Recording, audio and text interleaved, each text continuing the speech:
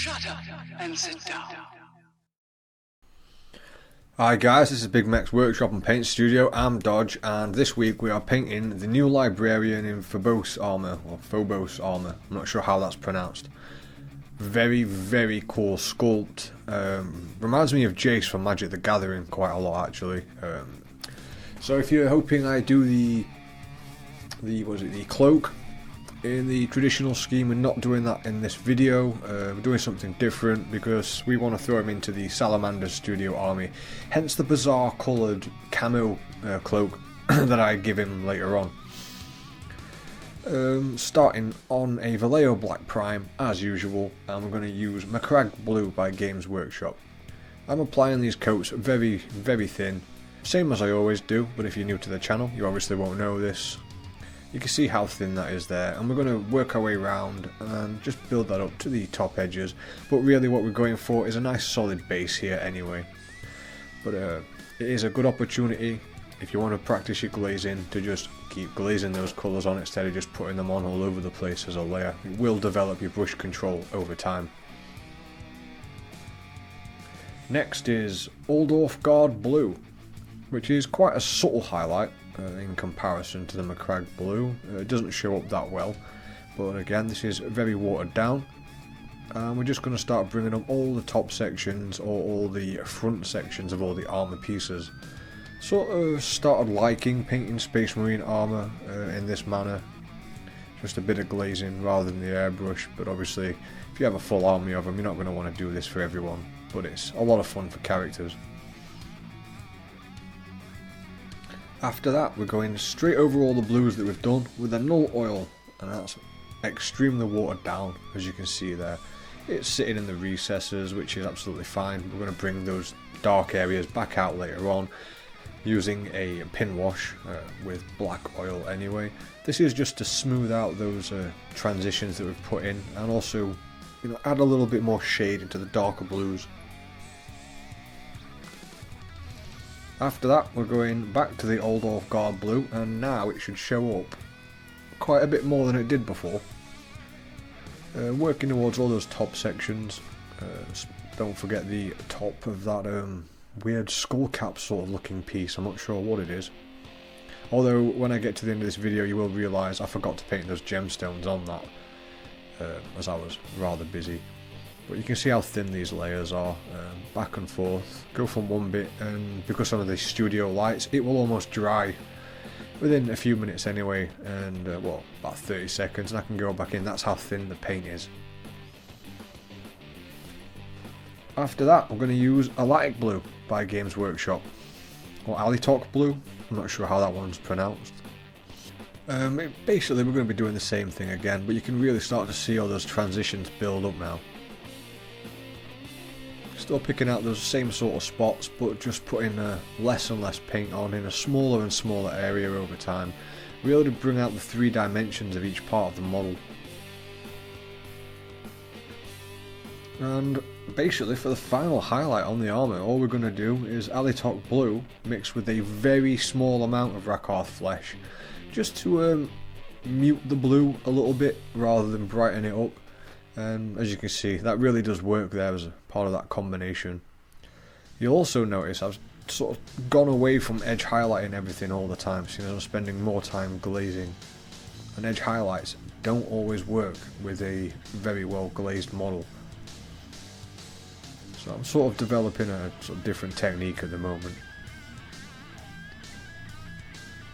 Now to start this very bizarre sort of Salamander's Homeworld cloak, I've gone straight for corn red because I know it's going to be a good base layer to cover the black prime that we've already got down. It's going to be quite a dark red, which gives me plenty of space as well to mix up other different reds, yellows and oranges and lay them over the top and bring them up from a very dark colour to a nice light one. After that we're going to switch up to Games Workshop's Mephiston Red.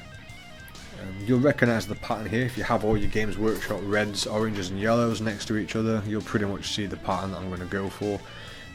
Keeping it very watered down, and we're not really bothered at this point, or at all actually, if I remember right, about the shading on this. we are literally just colouring the area. So as long as it blends out from the dark to the light, and what I mean by dark to the light is from the top to the bottom, it's absolutely fine. We're not worried about the creases or any of that at the moment. Next is going to be Evil Sun Scarlet, working down a little bit further. You can also tell I'm not being too careful with this. I'm not too worried about the blends. That's because I'm going to put black layers and blocks over the top of it, which means if there's any bit that isn't blended properly, I just put the black bit over that and cover it up completely. So I was just trying to get through the paint job a bit faster.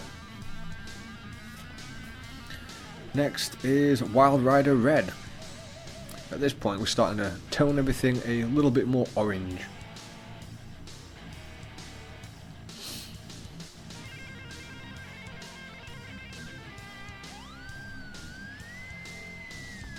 After that it's Troll Slayer Orange. I didn't say much about the last bit because we're just rinsing and repeating here, and all we're doing is just working lower and lower down to the next section. You can see those transitions really building up, kind of like the way this looks, as we're going through a sort of lava effect on the cloak.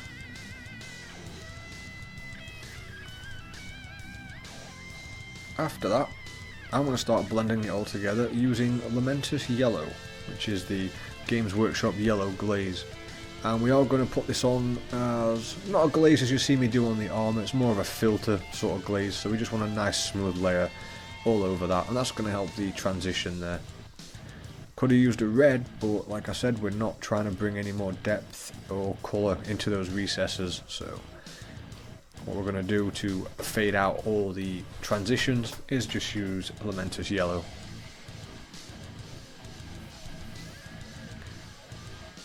After that, time for a little bit of Avalanche Sunset by Games Workshop, just to bring up the bottom of the cloaks a little bit more, and some of the other hot spots. As you can see on the shoulders there and on the backpack, I just picked a random spot, started making that look a little bit warmer.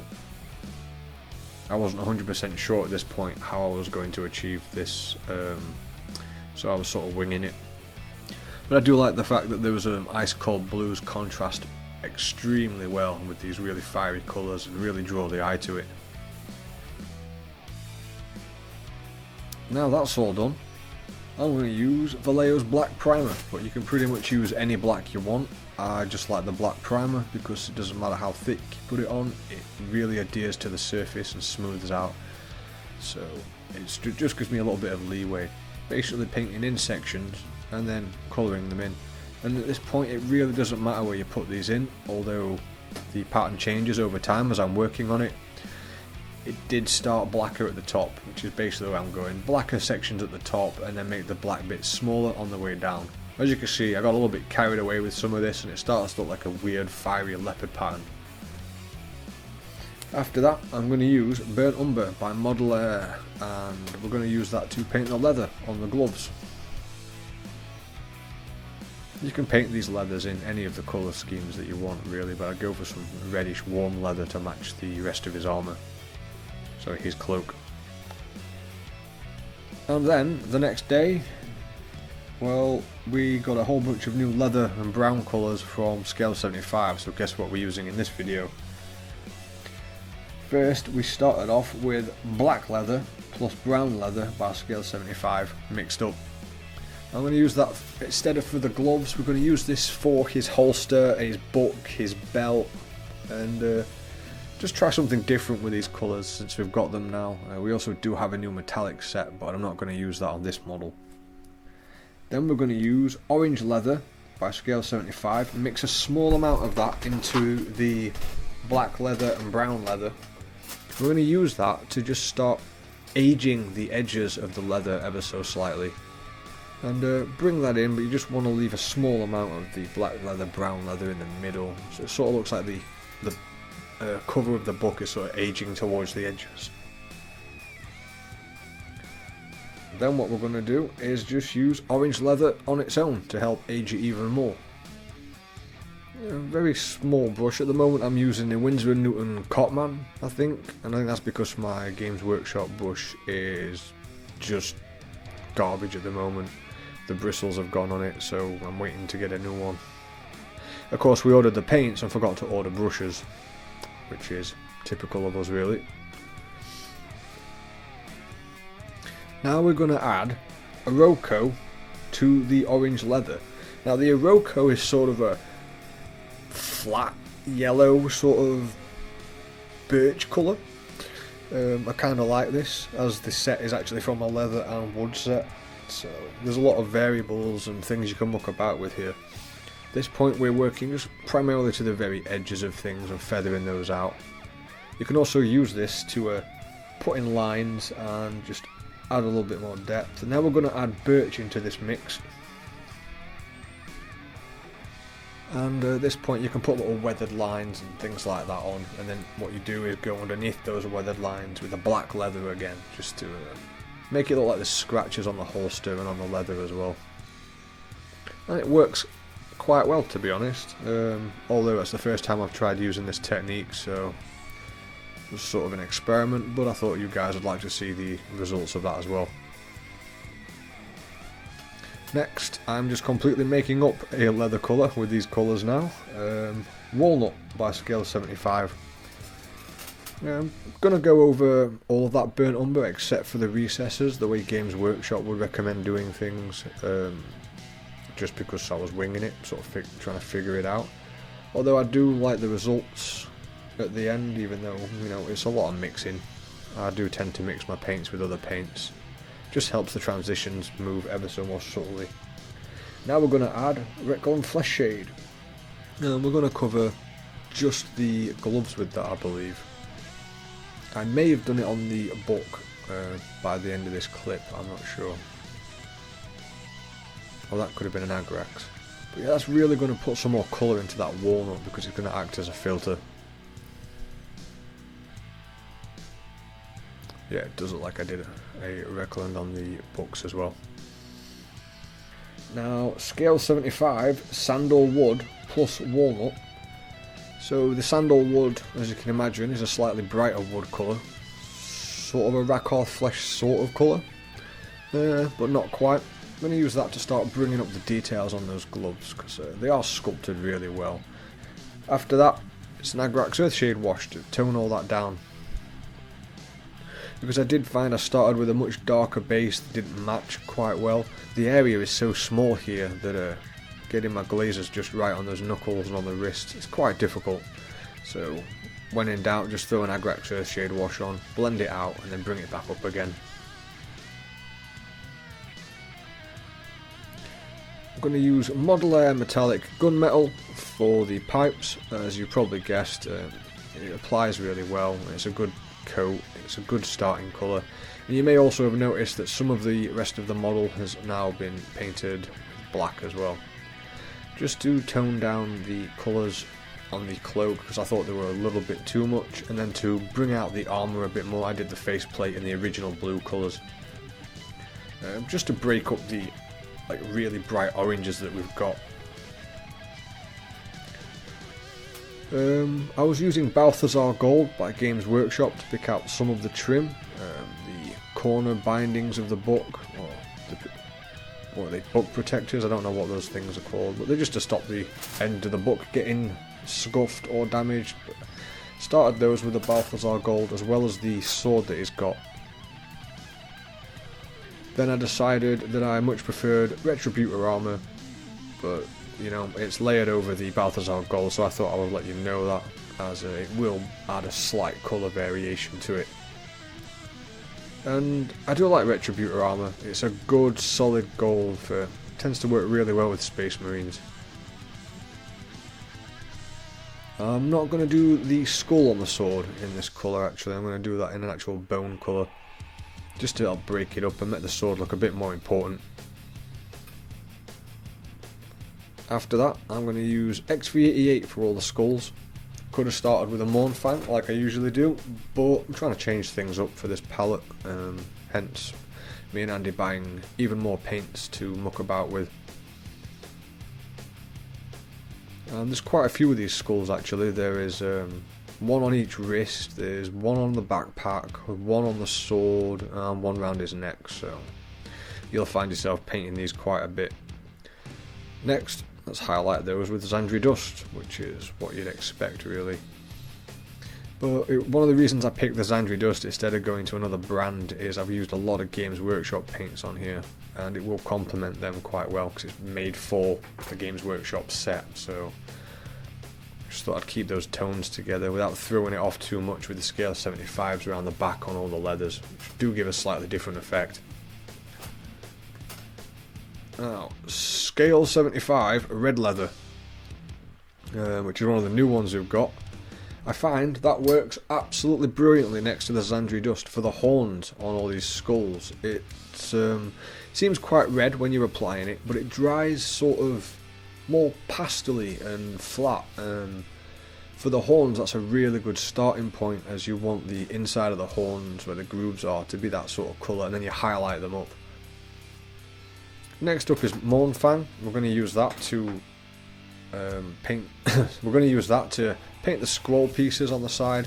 You don't have to worry about that set of keys that he's got going on. As I always say, work from the inside out, so do the underneath details first. It's going to be a lot easier on you than trying to get your brush into tiny details. There's two scrolls there, so don't forget to get the underneath of the one at the back as well. After that, it's Baneblade Brown. And Games Workshop have been doing a really good job with these seals and scrolls recently, making them really easy to highlight just by watering down your paint a little bit and following the general grooves. After a few washes and a couple of layers, you didn't really have to do much in the way of detail. So I'm just following from the bottom to the top there, so immediately the Baneblade Brown sits at the top of the scroll. Then it's time for another Agrax Earthshade wash. This one's actually quite thick, because I didn't water it down. No particular reason, I was just being generally lazy, but also what you can do if you put it on too thick is pull a lot of it off with a brush like I'm doing, flip the model over and put it on the other side of the scroll, so using half the amount there. You can always move your paint and your washes around before it sets. After that, I'm going to apply a Reckling Flesh Shade to the Retributive armour. I do find that works really well. I never water down the Reckling Flesh Shade for this too much, as I find it really does warm up the Retributive armour and give you something better to work with, as Retributive armour is a great colour, but it's very flat.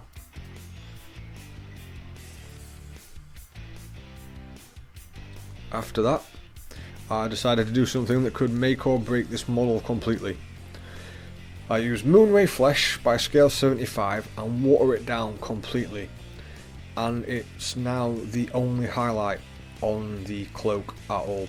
We're going to follow all those raised areas with this very, very, very thin paint. It's going to take some time to do this, and we're just going to follow it like we normally would for the highlights, but we're going to go over the blacks and all the other colours at once.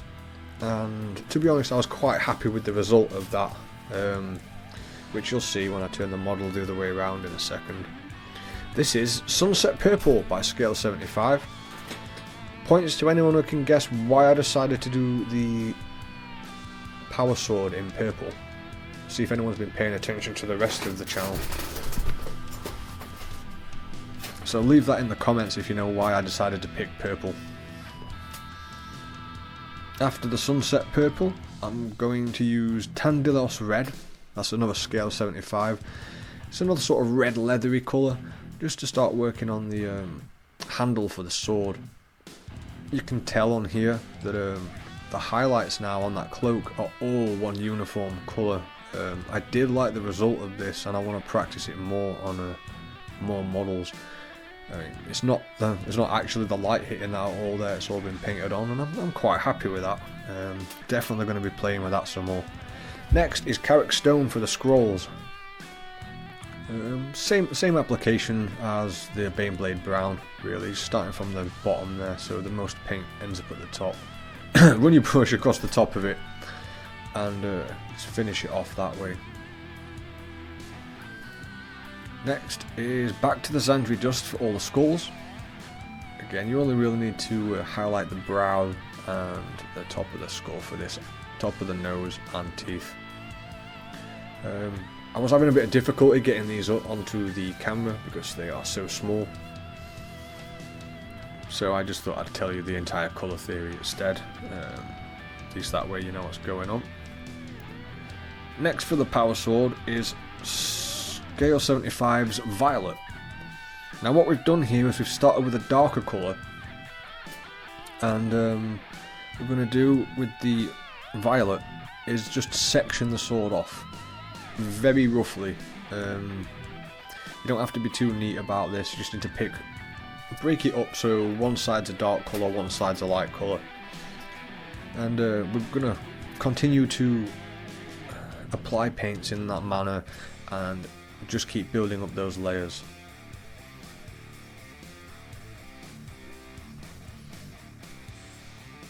After we've built those up a little bit, we're going to use Alien Purple by Bigmeks, and what we're going to do is start in the middle of each highlighted area, or the brighter colour, just starting in the middle, feather downwards. So that's basically, put your line down, feather out with what's left on your brush, and we're going to keep rinsing and repeating that. What I also find myself doing to help my focus is to go around the edges with each of the highlighted colours, so you can see how bright everything else is in comparison. Then we're going to take Alien Purple and mix in a little bit of Moonray Flesh. Again, we're going to start in the very centre and then just feather from left to right. And again, I'm putting in the top edge highlight so you can make sure that when you're colouring in these bright sections, you don't go too far past the other colour, because you're going to redo the edges on the sword anyway, so you can really use it as a point of reference. And after that, I believe we just simply add a little bit more Moonray, and at this point it's getting more pale, which is what we want. It's something people do struggle with, and I used to struggle with, just trying to find brighter and brighter colours. You don't always need to. A lot of the time you can just make it a little bit more pale and that will work.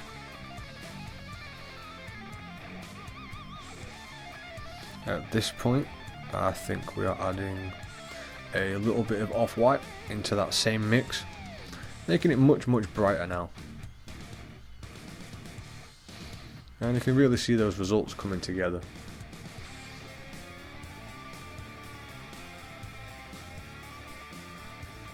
And at this point, I believe this is just pure off-white by Model Colour, just to bring out the top highlights and the edge highlights. You don't want to put this edge highlight on too strong where there's a dark section on the sword, but anywhere we've been building up that light section on the side, put a nice little dot there and then feather that out. And yeah, that's basically the end result there. I haven't done one of these in a long time, not by hand anyway. Did kind of enjoy mucking about with it though. Next is Model Air Metallic Rust, and we are going to apply that to the keys, as I didn't really think the keys needed too much detail to them. I was going to paint them all individual colours, which I could have done, but with it being Friday, it's already 4:15. While I'm doing the audio, I've still got to edit all this audio for a half an hour long video, sort out all the fades, export and everything, so I had to rush it at this point. So that's what we're getting, is just Model Air Metallic Rust. For the bookmark on the book, all I used is corn red, basically keeping that very simple there. You can bring that up as much as you want. I will add a little bit more to it in the video, but it doesn't have to be complicated really. I think there's enough details on this model at the moment to really draw the eye to it. Next is a Shabty Bone again. Oh no, a Shabty Bone for the first time, just to help bring out those skulls a little bit more. Now, I don't do any work on the face for this one. The reason is the cowl's already over his head, and he's a salamander, so he has really dark skin anyway. So I thought I would just leave it really dark. Hopefully I'll be able to get away with that. Beige Brown by Model Colour is the colour I decided to use to highlight the red leather on the side of the horns. Now I'm using a Winsor Newton 00 here. I do wish for this model I had switch to a 000 for an even finer tip, because the actual grooves on those skull horns are very small. If you're one of those guys that uses a magnifying glass, or was it fly fishing maker thing, making flies, I would suggest using that because they are very small but also packed full of detail. Model layer metallic steel I'm going to use to edge highlight all the metallics again, as that's one of my favourite techniques. It's quite vibrant. Will look shiny until I do all the oil wash and the varnishes later on, so don't worry about it being far too vibrant. It will tone down.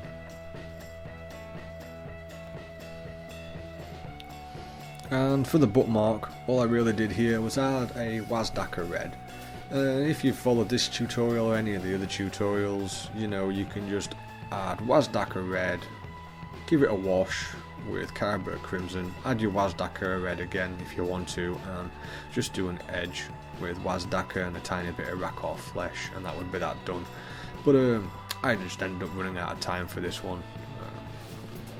Happens a lot, but as Andy's now finished the commission work he was doing, it means we can bring out more videos, which would free me up to get more done, hopefully.